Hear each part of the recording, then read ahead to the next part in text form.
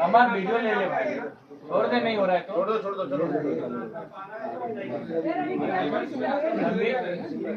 करते ना खड़े में हाँ बिनविरोध भाजप सेनेचे निवडून आले ना सगळे महाराष्ट्र। मैडम क्या बताना चाहेंगे किस तरीके से जो है यहाँ पर आपका जो है रैली निकला है, यहाँ पर पूरी प्रचार हो रही थी आपकी, क्या बताना चाहेंगे कि कहीं न कहीं लोग जो है बहुत सारे पार्टी खड़ी हो रही है, उसमें एक आप भी है जो सीपीआईएम से खड़े हुए हैं, क्या बताना चाहेंगे जो ये आज प्रेस कॉन्फ्रेंस के द्वारा?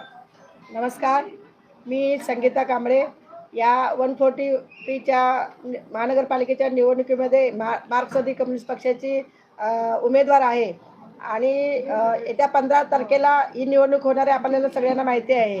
आज आमची रॅली झाली, आमच्या रॅलीसोबत इतर पण लोकांची रॅली झाली, पण आमच्या रॅलीमध्ये आणि त्यांच्या रॅलीमध्ये बाकीच्या पक्षांच्या रॅलीमध्ये खूप फरक आहे। आमच्या रॅलीमध्ये कुठल्याही भाडोत्री लोकांना आम्ही बोलवत नाही, पैसे देण्याचं घेण्याचं आमच्याकडं हे आमच्या पक्षात काही नसतं आणि स्वच्छ आणि पारदर्शक काम हे खाली एकदम शाखापासून ते वर केंद्रीय स्तरापर्यंत फक्त आमच्याच पक्षाचं आहे। बाकीचे सगळे जे पक्ष तुम्ही बघाल तर फक्त सत्तेसाठी आणि खुर्चीसाठी पाहिजे ती तडजोड करायला तयार आहेत। ते आयुष्यभर एकमेकाच्या विरोधात लढतात। ते आता आपण बघितलं असेल की मिळून एकत्र सत्तेसाठी एकत्र आलेले आहेत, त्यांना कुठल्याही परिस्थितीमध्ये सत्ता घ्यायची हातात आणि त्यासाठी पाहिजे त्या गोष्टी त्या करायला लागल्यात। त्यांनी धंदा समजला निवडणूक म्हणजे, आणि आमचं तसं नाही। आम्ही बाबासाहेब आंबेडकरांनी दिलेली जी लोकशाही आहे, जे संविधान आहे, या संविधानानुसार आम्ही ही लोकशाही उत्सव म्हणून बघतो या निवडणुकीला। आणि या विभागाचे जे काही प्रश्न आहेत, या विभागातल्या 143च्या नागरिकांचे जे वर्षानुवर्षीचे जे प्रश्न रखडलेले आहेत, 15-15 वर्ष सत्तेत राहून सुद्धा जे सुटले गेलेले नाहीत, ते सोडवण्यासाठी यावेळेला आम्ही लाल बावट्याच्या वतीने निवडणुकीला आम्ही सामोरं जातोय। आमच्या इथं आता आपल्यासमोर मार्क्सवादी कम्युनिस्ट पक्षाच्या नेत्या कमलेश आरमेट इथं आहेत, जनवादी महिला संघटनेच्या आमच्या नेत्या मुंबईच्या महासचिव रेखा देशपांडे इथं आहेत। आम्ही या विभागामध्ये घर कामगार, बांधकाम कामगार, फेरीवाले, अंगणवाडी, आशा वर्कर, तसंच रहिवासीचे प्रश्न, हे सगळे प्रश्न घेऊन दररोज आम्ही लोकांच्या प्रश्नावर रस्त्यावर उतरलेलो आहोत, लोकांच्या समस्या सोडवण्यासाठी काम केलेलं आहे।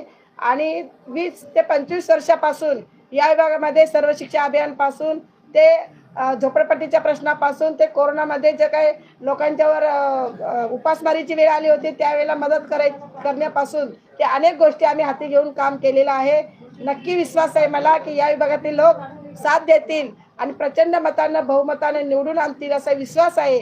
आणि म्हणून आपल्या माध्यमातून मी एवढंच सांगू इच्छिते, बाकीच्या ठिकाणी जे बाकीच्या पक्षामध्ये जे चाललेलं आहे, गौडबंगाल चाललेलं आहे, सगळं जे चालले ते चांगलं चाललेलं नाही। अनेक ठिकाणी आपण बघितलं असेल, दबाव टाकून पैसे देऊन बिनविरोध निवडून आणले जाते।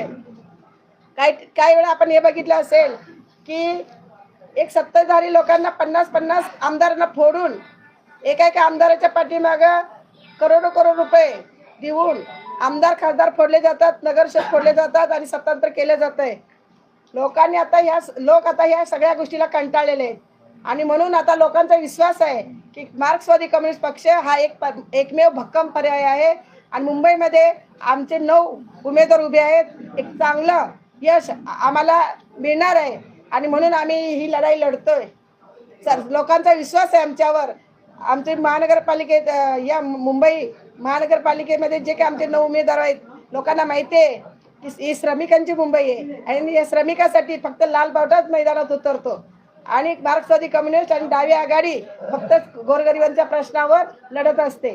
त्यामुळे यावेळेला आम्हाला यश नक्की मिळणार आहे, एवढंच मला सांगायचं आहे। 16 तारीख को अगर आपकी जीत हो जाती है तो ऐसे कौन से 5 काम है जो आप जीतने के बाद करने वाले हैं?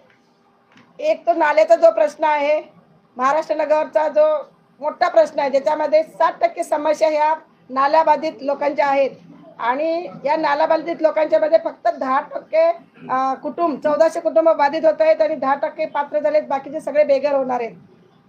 जर मी 16 तारखेला निवडून आले, लोक विजयी झाले, तर ह्या पहिला प्रश्न नाल्याचा सोडवण्याचा माझा मानस आहे।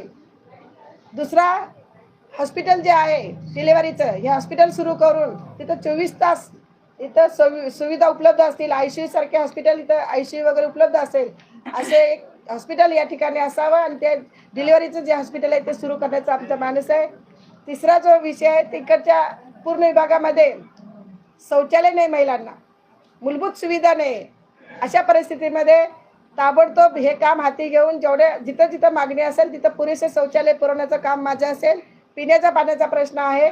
पिण्याचं पाणी रात्री 1 वाजता येतं, 1 तास येतं आणि लगेच जातं, अशा लोकांच्या तक्रार आहेत. तर पिण्याचं पाणी मुबलक आणि स्वच्छ मिळावं यासाठी मी काम करणार आहे. आणि या विभागातले जे स्वच्छता आहे, गटारे भरलेले आहेत, कचरा भरलेला आहे आणि बक्काली व्यवस्था झालेली आहे, याचाच पूर्ण कायापालट करायचं आहे. मराठी शाळेची जी इमारत आहे, ती इमारत मानपूर स्टेशनची 4 वर्ष झाली पाडलेली आहे, ती बांधली गेलेली नाही. हे सुद्धा इमारत उभी करून मराठी शाळेची चांगल्या दर्जाची शिक्षण व्यवस्था निर्माण होईल यासाठी मी प्रयत्न करणार आहे. आणि शताब्दी हॉस्पिटल जे खाजगीकरण केलं जातं आहे सत्ताधाऱ्यांच्याकडून, आणि ते खाजगीकरणामुळं त्या इकडं जे मानपूर गोवंडी चेंबूर विभागामधल्या लोकांच्या आरोग्याचा मोठा प्रश्न इथं उपस्थित होणार आहे. तर खाजगीकरण रोखणं हा सुद्धा माझा महत्त्वाचा मुद्दा आहे आणि त्याच्यासाठी मी काम करणार आहे.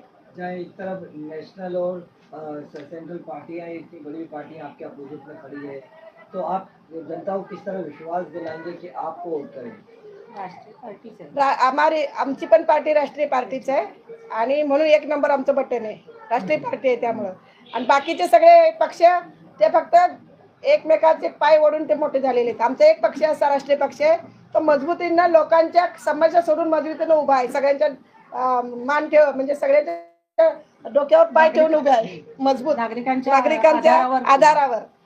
तर आमचा सुद्धा राष्ट्रीय पक्ष आहे आणि लोकांचा विश्वास आहे की काम जर कोण करू शकत असेल तर ही व्यक्ती करू शकते, काम जर करू शकत असेल तर हा पक्ष करू शकते. लोकांचा विश्वास आहे. जेव्हा आम्ही एरियामध्ये फिरते विभागामध्ये जेव्हा आम्ही रॅली घेऊन गेलो, अनेक ठिकाणी लोकांच्या डोळ्यात आम्हाला दिसत होतं. अनेक ठिकाणी लोक चांगल्या पद्धतीने स्वागत आमचे करत होते, एकदम मन भरून बोलत होते. त्यामुळे नक्की लोकांचा आमच्यावर विश्वास आहे आणि या विश्वासच आमचं या निवडणुकीला सामोरं जायचं भांडवल आहे. बाकीच्या लोकांच्याकडे भरपूर पैसे आहेत आणि त्यांचं ते भांडवल आहे, पण आमचा लोकांचा विश्वास हेच आमचं भांडवल आहे, हीच आमची संपत्ती आहे. 2-3 काम ऐसा गिनवाइए जो बड़े हो, जिन्हें नगर सेवकों को करना चाहिए, आपने किया, बिना नगर सेवक के पद पे रहे. यहाँ पे जो शौचालय का निर्माण करना चाहिए था वो शौचालय निर्माण नहीं हुआ था.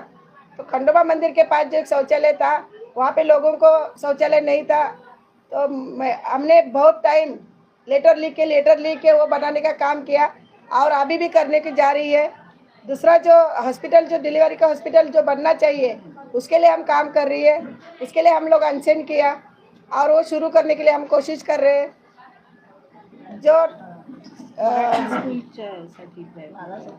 ये जो फेरी वाला का मुद्दा है, फेरी वाला का कोरोना के बाद लोगों का काम धंधा डूब गया था. लोग बहुत बेहाल हो गए थे. ऐसी स्थिति में फेरी वाला का 6-6 महीना काम धंधा डूब गया था, घर कामगार का धंधा डूब गया था. तो ऐसी स्थिति में BMC आके 1200 रुपये फाइन एक तरफ से मारेगी पुलिस, एक तरफ से 2600 रुपये फाइन मारेगी BMC. तो यही हालत में हमने फेरी वाला का संगठन बना के उनको सहारा देने का काम किया और गुनहगार नहीं है फेरी वाले, ये सरकार को बता के उनको हम लोग हमेशा के लिए मार्केट के लिए हम लोग कोशिश कर रहे हैं. और एक टाइम अभी फेरी वाला का जो लड़ाई है, जब भी लोग बोलते हैं कि जब भी बोलते हैं आप लोग जाएंगे रास्ते में तो जो फेरी वाला का नाम आएगा तो संगीता कामले का और ये CPM का नाम आ जाएगा. एक क्या मैसेज देना चाहेंगे अपने वार्ड के जनता को? वार्ड को जनता के एक मैसेज देना चाहती हूँ कि यहाँ का ईस्ट वार्ड जो है, ये वार्ड है, ये बहुत गरीबी लोग रहते हैं यहाँ पे. यहाँ का रहन सहन लोगों का ऊंचा होने के लिए हम हमेशा काम करते आई है और आगे भी काम करते और मजबूती से काम करेगी. इनका जो बदलाव लाना है, एरिया का जो बदलाव करना है, सिर्फ हम CPM ही कर सकते हैं, बाकी के भ्रष्ट सब पक्ष कर नहीं सकते. इतना ही मैं बताना चाहती हूँ. आप भरोसा रखिए, 1 नंबर बटन पे आप दबा के विजयी करिए. हम आपके साथ में हमेशा खड़े हैं, पहले से खड़े थे, आगे भी मजबूती से खड़े रहेंगे. और ये हंसी हथौड़ा ताड़ा ये हमारा चिन्ह है. आप हमको जिताइए. धन्यवाद. इतना ही बोल के आप सबको शुक्रिया अदा करती हूँ. थँक्यू. व्यवस्थित झालं का? Very good